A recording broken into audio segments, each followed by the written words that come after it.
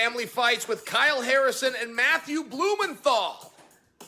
Boom, there's your intro. How'd I do?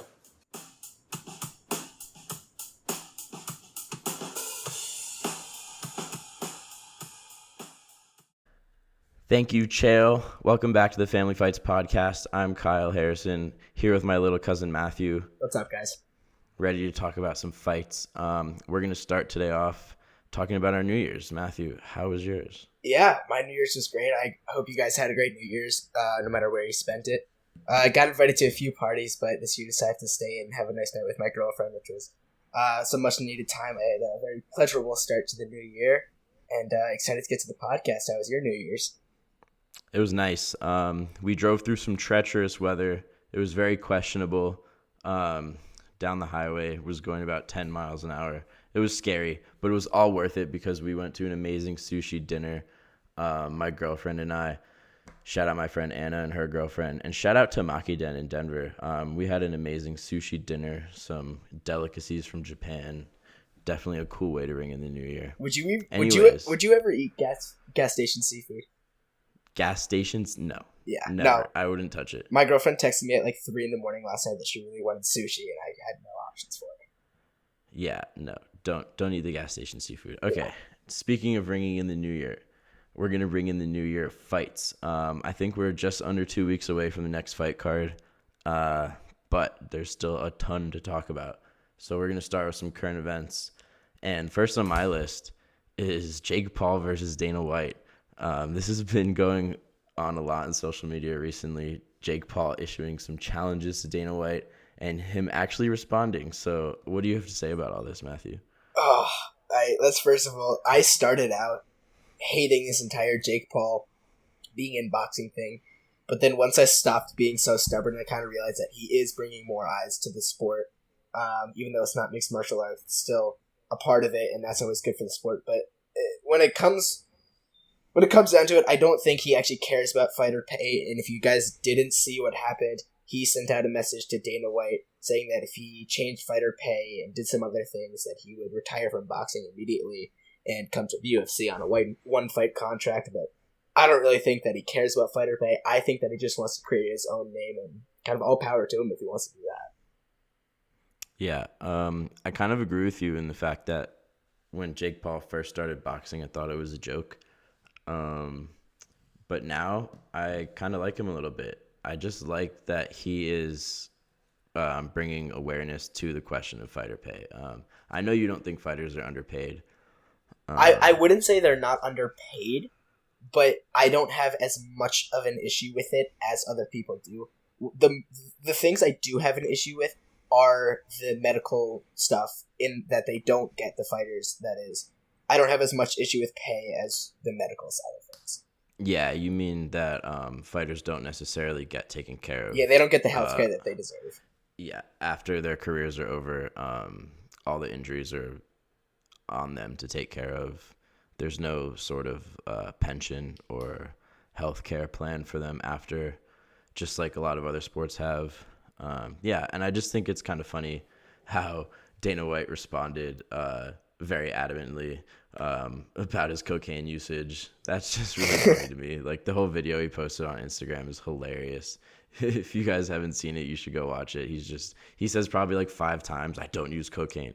And Jake Paul actually turned around and cut it to sound exactly like Dana saying, I use cocaine. It's just funny because Dana White probably uses cocaine. And Jake Paul probably uses steroids. Yeah, let's be very real about that too. So I just think this whole situation is funny. Anyways, let's move on. Well, I think it's funny, but I think Dana's response was very poor because he didn't even have to give Jake Paul the spotlight, which he gave him in his response. He was clearly avoiding fighter pay. But if these guys want to get paid more, there are guys who will go out and fight for $12,000. And if you don't want to fight, you don't have to fight. And that's what Dana always says. But if you look at a guy like Michael Chandler or Eddie Alvarez, when they go the Bellator route, if you start in Bellator, that's where they're going to pay more at the start. But when you become a star, move to the UFC. And that's where you're going to make the big money. And even if Jake is serious about this, he's going to die against any MMA fighter, let alone Jorge Masvidal. Yep. Speaking of not giving Jake Paul the spotlight, let's move on. I put this one first so we didn't have to spend too much time on it, and now we have lots of actual MMA stuff to talk about. So the next topic, I think you're going to like this one. Could Conor McGregor actually get the next lightweight title shot in 2022? There's been a lot of talk. Charles Oliveira even came out and said he would skip over anybody to give Conor McGregor the next title shot. What do you think about this? I don't think he'll get it, and I am a Conor fan, but I don't think he'll get it. But all power to Charles, because if I was in Charles' spot, I would do the exact same thing. Fighting Conor is an easier fight for more money. There's no way I wouldn't take that deal. Yeah, I agree with you. I think Dana knows that if he gives Conor McGregor the next title shot, that the UFC title just essentially loses all of its value. Like, if he wants the title to have integrity, then he can't give it to the number 8 ranked fighter who is coming off of 5 I don't even know how many losses. Well, it's just the 2 to Poirier, but he hasn't won in the lightweight division since 2016. That's what I mean. In the division, it just would make no sense. It wouldn't make sense, and I don't think Dana will give it to him. What I do think is going to happen is Conor's going to fight one person like Tony Ferguson, who's unfortunately at this point in his career washed, and then he'll get the power to get the title shot, because I think Dana's looking for every excuse to give him the shot. He just doesn't have one right now. Cool. From one title picture to the next, let's talk about heavyweight. And this title picture is kind of interesting with the interim unification fight coming up. And there's also Jon Jones looming in the corner. So let's talk about how he fits into this.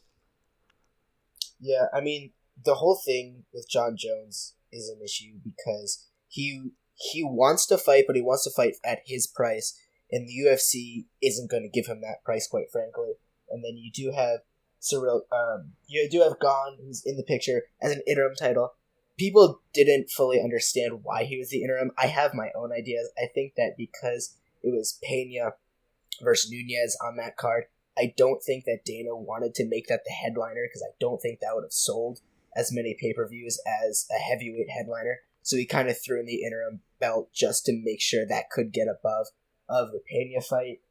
But you're talking about the pay-per-view in August. Yeah, the one, I think he only made it an interim championship so they could go ahead of Nunes and make that right. headliner. And then Nunes and Pena ended up falling off that card anyways. Yeah, which was very lucky for them. It was very lucky that they did have the interim title fight. Yeah, so I think this title picture is really interesting because you have Stipe getting essentially snubbed in one corner, and then you have Jon Jones, who is waiting for the money that he thinks he's worth, in the other corner, and then you have the interim unification fight going on in the middle, and you also have Francis Ngannou, who seems to be very unhappy with his job, and you have Dana White that seems very unhappy with all of his heavyweight fighters because Stipe hasn't been given a fight. Francis has pretty much already said that he wants to leave the UFC and go to boxing.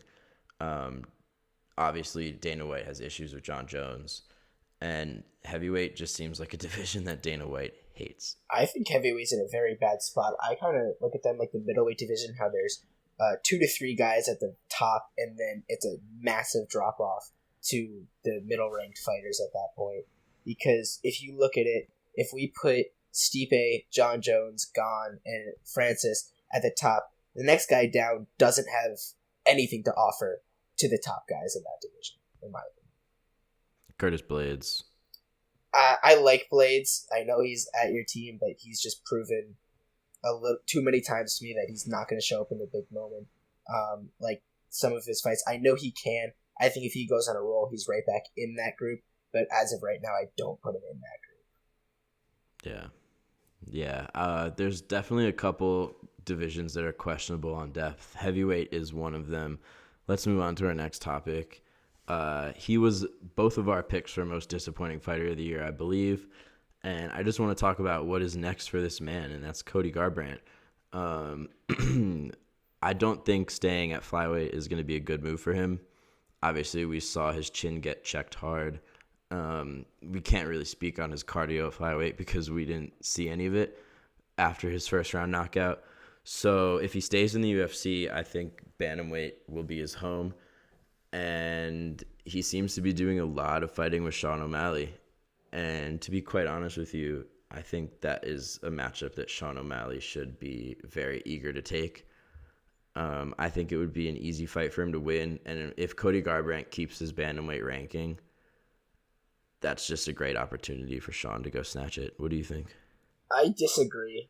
I think that Cody, if he stays in the UFC, should stay at 125. I think he's proven time and time again that his chin isn't going to hold up anywhere. He had slightly more success with his chin at 135. We don't know about the cardio, like you said, but if he stays at 125, I think it's a weaker division with an easier title picture. I think bantamweight has the most depth out of any division, and I think it's going to be the hardest for him to get to the top. When you talk about that, I think he should stay at 125. But I don't think the Sean O'Malley fight happens right away. And if you asked me a year ago about this fight, I would say that Cody Garbrandt has the upper hand and he has the leverage. But the tables have turned and O'Malley has the leverage now. So it's not if Garbrandt wants the fight, because we know he does. It's about if O'Malley wants it. And although he might want it, he's very good at marketing himself. And his team does a great job because he's not trying to market himself to everyone. He's marketing himself to a certain group of people. And he doesn't care if people like him or not. And he's taking the fights that he wants to take on his current contract. So I think he definitely waits for a new contract, which he's getting, I believe, for his next fight. But I think he'll take someone else because I think Cody should stay at 125. Interesting. And then, of course, there are options for him outside of the UFC. I don't know what we see next. It's really interesting. We don't know what we see next, but I think for the UFC's sake, I think it would be great for the UFC if Cody Garbrandt could get back. And Chael Sonnen on his podcast, go give it a listen. He does a tremendous job. He made a very odd statement. He said that Cody Garbrandt, in the form that he beat Dominic Cruz, beats any 135er ever. He's not saying that Cody is the best of all time. He's saying in that form, which I understand, but I just don't see him getting back to that form, you? Right. That was definitely Cody's night. I've seen lots of people and outlets say that nobody on earth would have beat Cody that night. It's just like 205 McGregor. No one, if McGregor showed up like that, which he can't, if he shows up like he did against Alvarez in every fight, no one's going to beat him. But sometimes performances are one-offs and they're just not repeatable. Look at you finding a way to bring McGregor into every conversation. I'll find a way, people. I'll find a way. All right. Now I want to talk about what some people are saying is the biggest story in women's MMA, and that is free agent Kayla Harrison. And what is that? It's not the biggest story in MMA. He's making a little talk symbol. I'm making a little talk symbol. I said the biggest story in female MMA. No, I know. It is. Where is Kayla Harrison going to go? That's the biggest wonder in my mind when it comes to female MMA. Is she going to go to Bellator? Is she going to come to the UFC and take the 145 division for herself? What do you think is going to happen with Kayla Harrison? I don't think she comes to the UFC. I think she signs a short deal with Bellator if she can. I think she waits for Nunes to get back on her roll because I don't really see a big fight for her in the UFC. I think her first UFC fight has to be massive, and the only one around her weight is going to be Nunes. So I think she has to wait for her to win a fight or two in order to get that UFC contract. That's a good point. I didn't really think about that. Yeah, because if she signs with the UFC right now, who is she going to fight? I mean, she could fight Amanda Nunes, but coming off of that loss at 135, she pretty much needs to run it back to solidify her legacy. No one wants to see a Kayla Harrison versus Amanda Nunes until we prove if Amanda Nunes is for real or not again. Right. Yeah. Okay. Moving on to our next topic of discussion. We're going to talk about a bunch of fights that we know are coming up in 2022. Sorry. Yeah. Fourth day of the new year. It's going to take me a while to start saying 2022 instead of 2021. Yeah. All right, first, we got the main event coming up in just under 2 weeks. Calvin Kattar versus Giga Chikadze. I'm really excited for this fight. I feel like a lot of people are sleeping on Calvin Kattar after the beating he took from Max Holloway. Let me pull up the odds on that really quick. What do you think, Matthew? While you're doing that, I also agree that people are underestimating Calvin Kattar, but I also feel like people are kind of, there's two sides to the coin. You're either overlooking Kattar or you're overlooking Chikadze, because I think he has better skills than people give him credit for. Just because he beat Edson Barboza, and that was kind of one of those fights where he wins and no one really wanted him to win because everyone that I talked to loves Edson, so it was kind of tough to see him go down like that. Yeah, that was heartbreaking.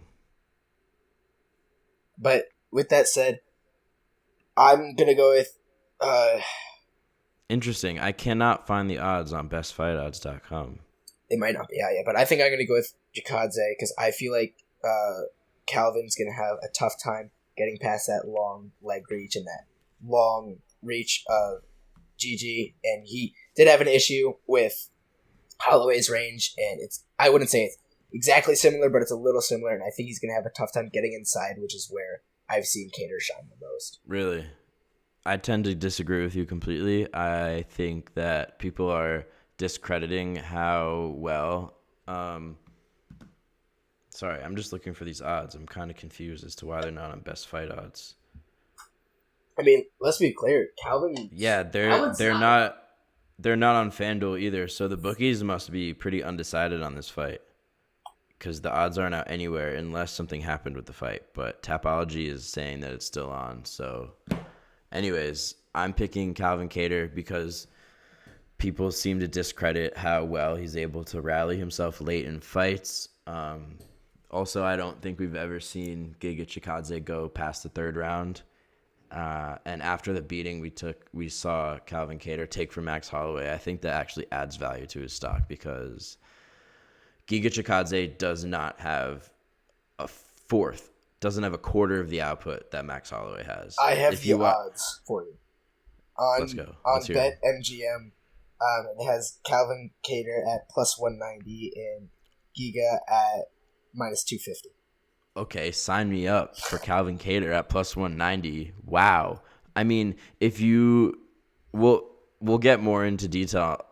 We'll get more in depth on this in the episode that covers the fight during the fight week. But Giga Chikadze's output is painfully low in every single one of his fights. I just think Calvin Kattar is going to find holes and expose the Georgian. This is a good card. Moving on. It is a great card. It's a good card to start the year. Next fight, we have the main event of the pay-per-view in January, the heavyweight unification bout between Francis Ngannou and Ciryl Gane. I'm going to this fight. I have my tickets already. Very excited. And I'm also very excited for Ciryl Gane to put on his masterclass performance over Francis Ngannou and walk away the undisputed heavyweight champion of the world. Who's winning, Matthew, in your opinion? This is one of the tougher fights to pick, and I haven't done all my research yet, and we'll talk about this in depth. If you guys don't know, our episode right before a card, we're going to go in depth on the main fights of that card, so we can give you guys what you guys should be looking for. So we don't have all the info yet, but Gane also obviously has insane footwork, and Ngannou does not, but he's very patient, and he has that insane power, the most powerful puncher we've ever seen. So I think there's a possibility that Gane can walk around him for 2 or 3 rounds and then just get caught with a big shot. But I also texted you a few days ago that I was looking at a little tape. I think this fight could go to the ground fairly quickly because both guys do know what they're doing down there. People discount their ground game, but both of them have solid ground games. No, I think Ciryl Gane's first 2 UFC wins were submissions. And Francis entered the UFC with more submission wins than knockouts. Mm-hmm. What do you think about this fight? Because I know you're a big Gane fan. Yeah, I'm a big Gane fan, and I think Gane is just going to dance around him, like you said, for pretty much the whole fight. If you watch Francis Ngannou, like Matthew said, we're going to go more in depth into this for fight week. But if you watch a lot of Francis Ngannou film, you notice that he loads up. Obviously, when you throw power shots that big, you have to load them up. And when you load up, that's a tell. And loading up takes time. So I think Francis is going to load up to throw power shots. And by the time he's loaded to throw,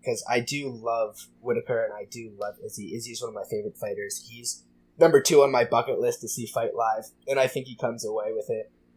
I think he uses his range very well with his kicks and with his long straights, 1s and 2s. I think we'll be able to keep Rob at bay. I think Rob's definitely better than he was in the first fight, but I see this going as a decision either way. Really? Yeah. I think somebody's getting knocked out. I think combined they only have a few stoppages in UFC combined. Both these guys are major superstars, but I don't know. I think they might be a little timid at first, knowing the skills that each guy possesses. I'm not going to give my prediction yet. However, I do think somebody's getting knocked out. That's fair. Or finished. Yeah. I'm not even going to say knocked out. I'm just going to say finished. Let's see. I want to look at the finishes that each guy has. Adesanya, since entering the UFC, has 1, 2, 3, 4 finishes, and I believe that Rob only has 5. I say only. I could have not got anything out of the UFC. But 9 finishes combined for 2 of the biggest superstars in the world. I do see this going to a decision. Okay, next, another very interesting fight. Beneil Dariush versus Islam Makhachev. I think this is going to be such a fun fight. Obviously, Islam Makhachev is going to be a big favorite, and I would not consider.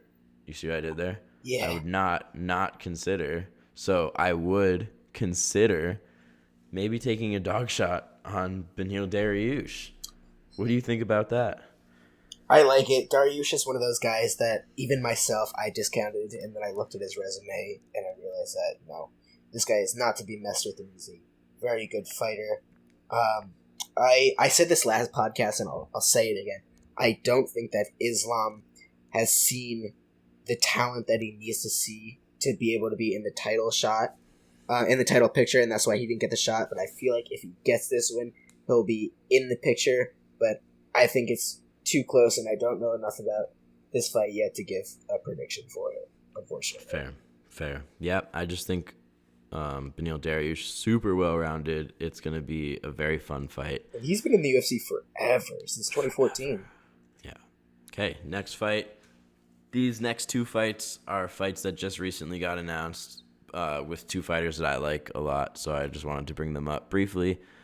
First one is I-rene Aldana versus Aspen Ladd, which is just a comedic matchup. I mean, one of these matchmakers must want Aspen Ladd dead, because I see no way that this fight ends besides I-rene Aldana violently knocking her out. Yeah, we saw her fight at 264. She's a scary woman. She's massive. Yeah. Did she miss weight or did Kunitskaya? I think Aldana missed weight. No, I-rene missed weight, but she punished Kunitskaya to the point where Dana White wanted to give her a performance bonus, forgot that she missed weight, and then had to be reminded that she missed weight. Yeah, I know that's my biggest pet peeve, and it's one of yours, is when fighters miss weight. I think it's very unprofessional. But she's still one of my favorite female fighters. She is so gnarly. She just comes out to kill every time. Her knockouts are brutal, and this matchup is just so many question marks in my brain about why this matchup is happening. Should we give Aldana 2 wins against Kunitskaya because Kunitskaya was pregnant? Is that a thing? Just the fact that she fought knowing that she was pregnant, that's and then nuts. Got actually slept. Yeah. That cannot be good for that baby. And that's Thiago Santos' baby, too. No, I think Aldana wins this. Aspen Ladd's a good fighter, not a great fighter. I think Aldana's a great fighter. Yeah. Okay. The next one just got announced this week. Jamahal Hill versus Johnny Walker, which on paper sounds like a really fun fight between 2 really fun loudmouth guys. But if Johnny Walker shows up like he did in his last fight against Thiago Santos with the whole SBG Ireland game plan, let's be the most boring fighter in the UFC after being the most exciting fighter in the UFC, I don't know. What are we going to see here? Is it going to be as fun as it looks? I think it's going to be an absolute showcase for Hill. And Jamahal Hill, I Yeah. agree. I love Jamahal Hill. I'm so high on him. I've been high on him since the middle of 2020. I think he's the next light heavyweight star. I do too. Other than Connor, I'm going to keep on betting against SPG Ireland until they give me a reason not to, because I no longer trust Kavanaugh to get his fighter ready enough to win a fight like this. And I think Hill is too talented and too much Tough. He's too tough, too talented, and too much of a badass to lose this fight. I agree. Just someone as ugly as Johnny Walker. More on this fight when it's happening. I believe it's happening in February. What about the Kattar France fight? Oh, he's fighting... He's fighting Askarov. Yeah, I think that's going to be also a showcase for Kattar France. I think Askarov is on his way out, and Kattar France is going to be too fast, too young, too hungry for him. Yeah, I think Kattar France showed a lot against Cody Garbrandt.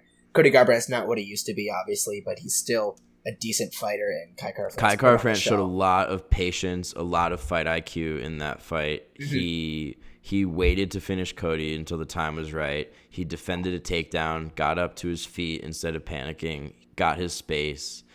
It was just really good. I think Kattar France is going to be flyweight champion one day. I hope we get to see him fight Brandon Moreno, because that would be a sweet fight. Yeah, and I think Askarov is one of the most overrated fighters. Everyone's hyping him up to be the next superstar, but I've watched some of his fights, and he does not impress me. Yep, cool. So moving on to matches that we know are happening, let's make some matches of our own. So before the episode started, I asked you to think of 5 fighters that you wanted to matchmake for in 2020, title or otherwise. Do you want to go one by one, or should I tell you what all 5 of mine were? Name your fighters. I just want to make sure we don't have any overlaps. Cool. I went with Khamzat. I went with Dustin Poirier. I went with Colby Covington, Kevin Holland, and Valentina Shevchenko. Okay, perfect. We don't have any overlaps. Okay. Let's go one by one. You can start first. I'll start with Khamzat. So for Khamzat, I see a couple options. The one I want to see the most is Bilal Muhammad. I really want to see that fight. I think it would be a great fight. So 2 other options that I see viable are Vicente Luque and Gilbert Burns. Both, I think, would be good fights. All 3 guys are vocal about wanting to fight Khamzat. I think Khamzat deserves a bigger opponent than Neil Magny. I know that's another guy who's been very vocal about fighting him. I think Bilal makes the most sense. Bilal Muhammad. It's going to be a good fight. I like that matchup. I don't understand why the Magny one hasn't been made, because everyone else other than Bilal is running from him, and Magny's standing out saying, I'll take the fight, but that's not true. Both Gilbert Burns and Vicente Luque have been pretty adamant on Twitter that they'll fight Khamzat. The UFC seems to not want to give Gilbert Burns anything. Once he lost his title shot, they kind of discounted him. And he had a boring fight at 264 against Stephen Wonderboy Thompson, so I like that matchup. I think that Khamzat comes out on top, but I'd love to see the game plan that Bilal, remember the game plan Muhammad comes out with. Right, that's why I'm the most curious to see that fight. All right, who do you got? My first is Tai Tuivasa, my breakout fight of the year. He's 11th ranked in the heavyweight division, and I think he needs to have at least 1 or 2 more tests until he can be at the very, very top of that division. Number 1, I had Kyle Dawkins, who just lost to Derek Lewis. He's at number 7. I think that makes sense because it's one guy coming off of a high-profile loss and one guy coming off of a mid-profile win. And then my other options were Rosenstrike at number 6, because he kind of seems to be stuck in the mud at number 6. And then a dream matchup of mine, which I don't think will happen because it's 2 up-and-comers, and the UFC seems to not love 2 ranked up-and-comers to fight each other. But I have Tom Aspinall, who is just an absolute beauty of a fighter, and I think that fight with Tai Tuivasa will happen one day, just not next, and I'd love to see it, though. Nice. My next pick is the Diamond, Dustin Poirier. Had a great 2021 until he lost the title to Charles Oliveira. And I think he goes up to 170. I don't think he stays at 155 unless it's to fight McGregor a 4th time, obviously, because the money's huge. But I don't necessarily think that fight happens. I think McGregor has a lot of bigger options. I see you shaking your head, so you agree with me. Yeah, I agree with you. So maybe I see Michael Chandler being a fun matchup, but I just don't see him making the cut to 155 again unless it's for big Conor money or for another title shot. So at 170, obviously there's a Nate Diaz matchup, which would be really fun to see. I think Conor McGregor might steal Nate Diaz away from that, though, for his return fight from an injury. So I think Dustin Poirier and Colby Covington is going to be the matchup that we see next for Dustin Poirier at 170. I think that's just going to be a war. Both guys hate each other. Trash has been talked mutually between them for a while, and I think it's going to be a really fun fight. I agree with you because I don't think that Khamzat's going to get Colby because Colby's too high profile. And if the fight with Nate Diaz hasn't been made already, it's not going to be made. So I agree with you there. And my second guy was Dominic Reyes because he was at the top of the game. I think he beat Jon Jones. I think he won, but then he had a few bad knockout losses. I have Paul Craig in there as my number one option for him. I think for Dominic Reyes. Yeah. So I have Paul Craig in there because I think that's a good fight to see if Dominic Reyes can get back to what he used to be or if this is just too much for him to overcome. I also have Johnny Walker in there. If Walker can come out on top in his next fight, I could see him fighting a high-profile guy like Reyes to see if he's the real deal. And then I also threw in Ryan Spann in there as an option. Interesting. Cool. Yeah, I like Dominic Reyes. I'm pretty sure he's about to do his next camp at Elevation Fight Team. That'll be really cool to watch. With Coach Sean Madden. So, yeah, hopefully when that camp is going on, we can get Coach Sean Madden on for an interview for you guys, and he can tell us a little bit about how that camp is going. That would be awesome. Anyways, my next pick, I mentioned him before, but I went with Colby Covington. Like I said, I think Poirier is a great matchup for him. But another great matchup is Jorge Masvidal. There's no question that Colby Covington talks a lot of trash. And a lot of trash has been talked between him and Jorge Masvidal. And the story is truly there. They used to be trading partners. They used to be roommates. The trash talk has even gone so far as Colby Covington telling us how many times he submitted Jorge Masvidal in their living room. So I think a scrap between these guys is long overdue in the cage. I think they would make great Ultimate Fighter coaches. I think that Colby Covington has two great matchups in Poirier and Masvidal. I also wrote Khamzat under there just because Colby's talked a lot of trash about Khamzat also, but I do agree with you that Khamzat gets somebody lower ranked before having to fight Colby. Yeah, and Colby's interesting because Colby's better than everybody in the division other than Usman. He's levels above everyone. I think he's levels above Masvidal at this point, but he's not going to get an Usman fight again. He's not going to get Usman 3 right away, so he's got to find someone. And I do agree that Jorge or Poirier should be it. And surprise, surprise, my third fighter was Conor McGregor, coming off that nasty leg snap. Now with his titanium leg, he can kick anyone in the face. And I think I really want to see him fight Michael Chandler, but I don't at the same time because I think Chandler wins that. So I have Diaz and Ferguson. I think Ferguson is very interesting. That's for me. That's kind of a winner stays in the UFC. Losers gotta kind of find something else. But they would never kick Conor out. But both these guys need to prove themselves again. And obviously the Diaz trilogy is always going to be there because, well, the first two fights were absolutely insane. Yeah, I agree. Next, I picked Kevin Holland. He's announced that he's going down to 170, so I wanted to matchmake for him in that division. And I have a couple options. They all depend on how quickly the UFC wants to propel him in this division. If they want to give him somebody ranked, I think Santiago Ponzinibbio sitting at number 14 would be a good fight. Santiago Ponzinibbio is more of a stand-up fighter, and he doesn't seem to fare well against fighters that have a significant reach advantage over him, which Kevin Holland definitely has over pretty much everybody at 170. So I think that would be a winnable fight for him in the top 15. Also, in the top 15 at number 12 is Jeff Neal, which would be a rematch. Kevin Holland and Jeff Neal fought for a title back on the regional scene, and Kevin Holland got the stoppage. So maybe Jeff Neal would be hungry to get that win back.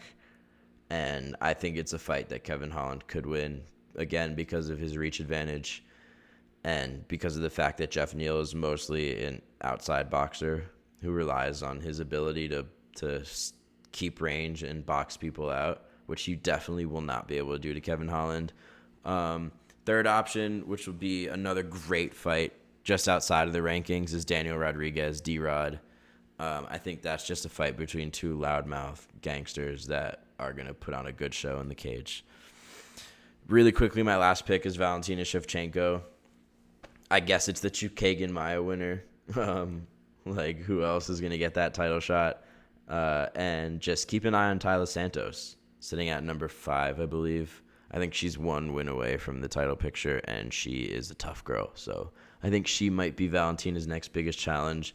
Chukagian or Maia is not going to do it. So what are your last 2 picks, really quick? Really quickly, my last 2 picks are Sean O'Malley. I want to see that Yanez fight because I think that's a great fight between 2 up-and-comers. Obviously, like I said earlier, UFC doesn't love that kind of matchup.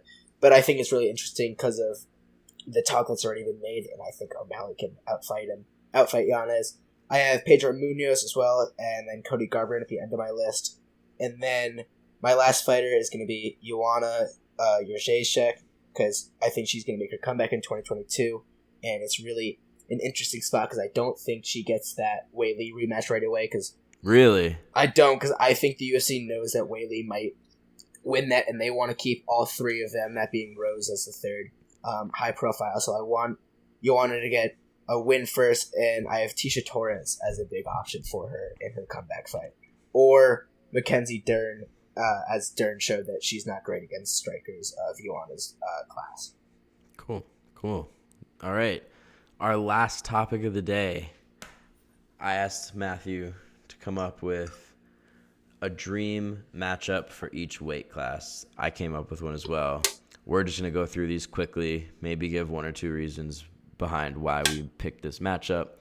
But I guess it could be a fight that's already happening, but I'm pretty sure I picked all fights that haven't been announced yet. Mine as well. So if you want to start with the male flyweights, what's your dream matchup? Male 125, I have Moreno versus Kai Kara France 2. I think it's a really interesting fight, and I'd love to see Kai Kara France get a title shot at Moreno.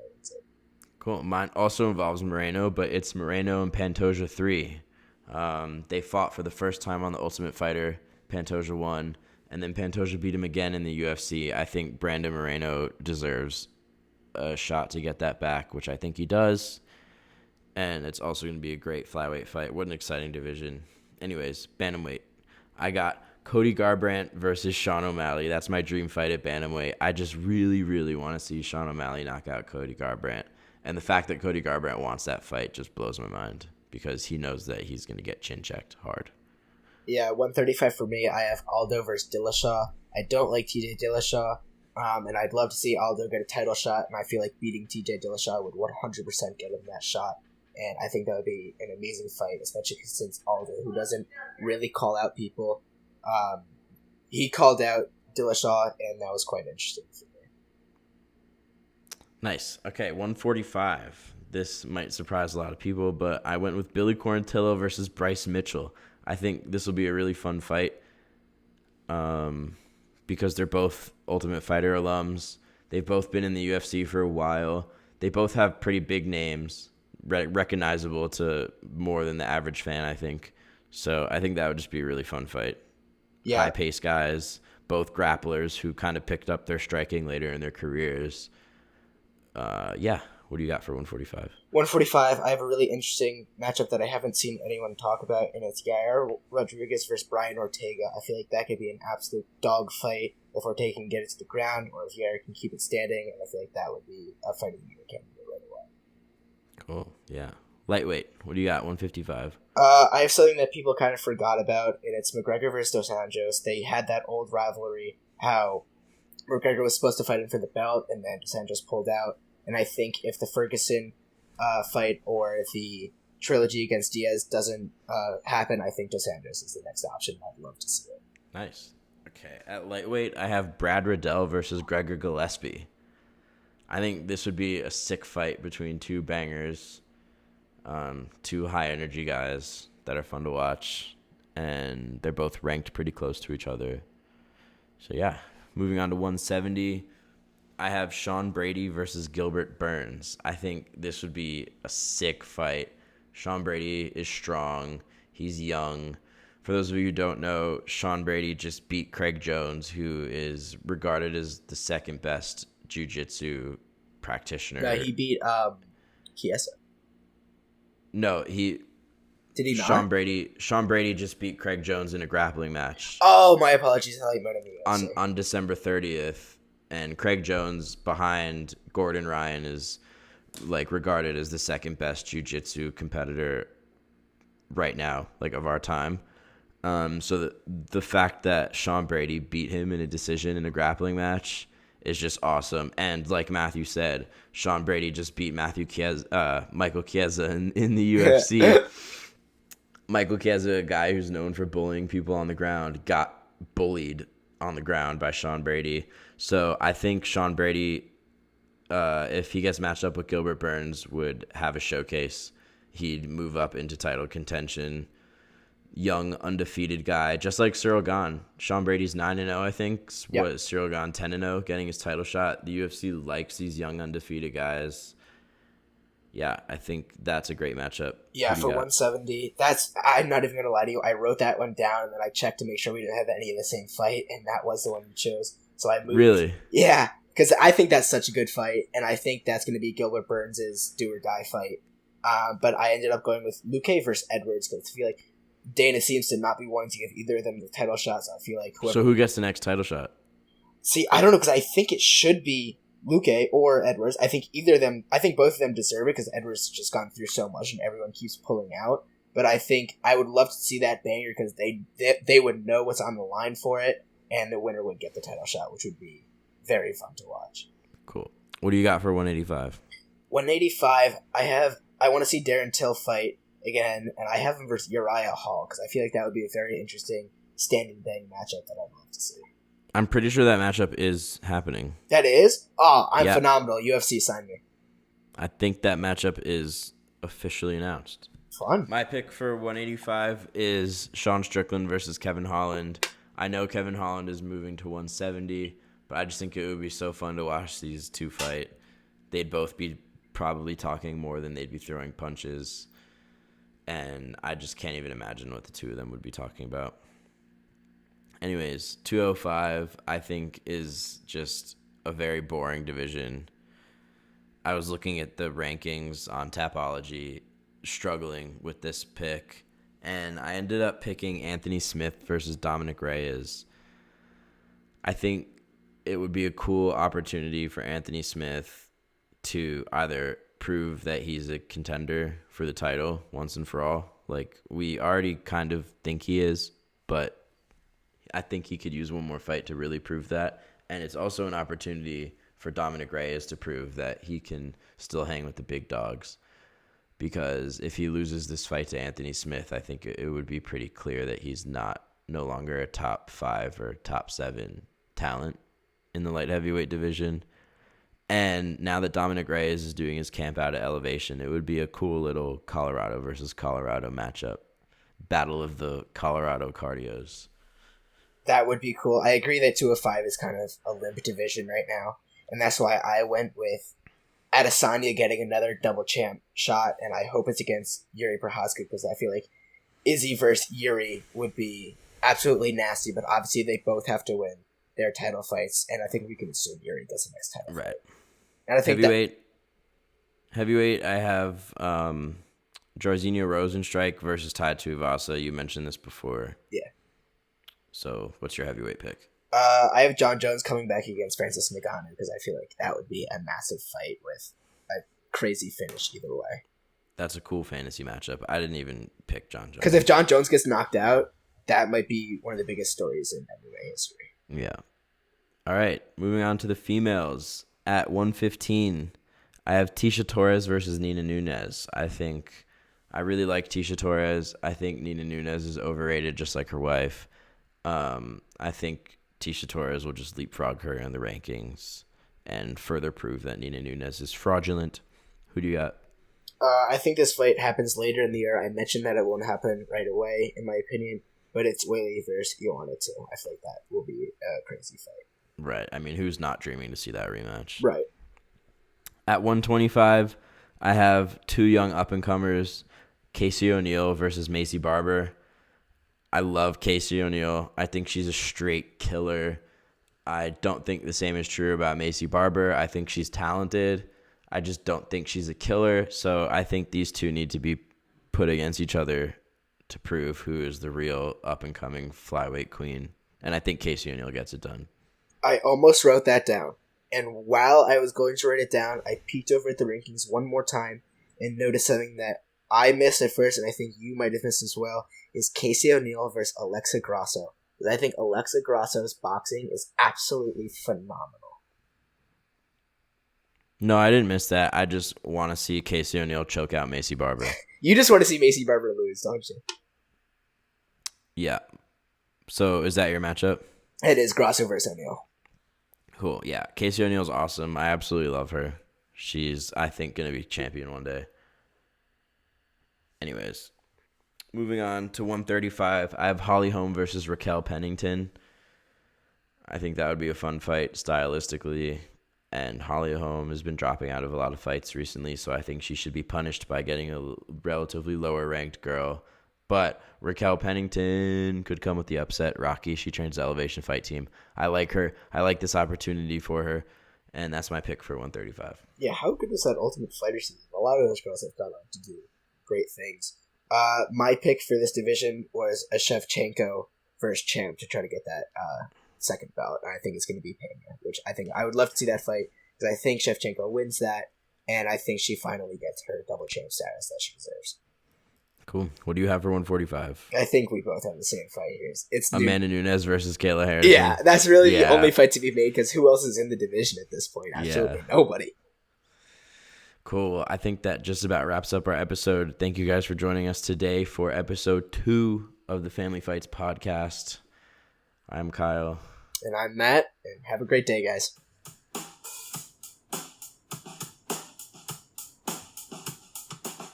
The Family Fights podcast will be releasing every Monday and every Thursday. In the episodes, we will look back at the most recent card, give updates and opinions on the UFC and other MMA news, as well as matchmake and tell you what to look for in the next card.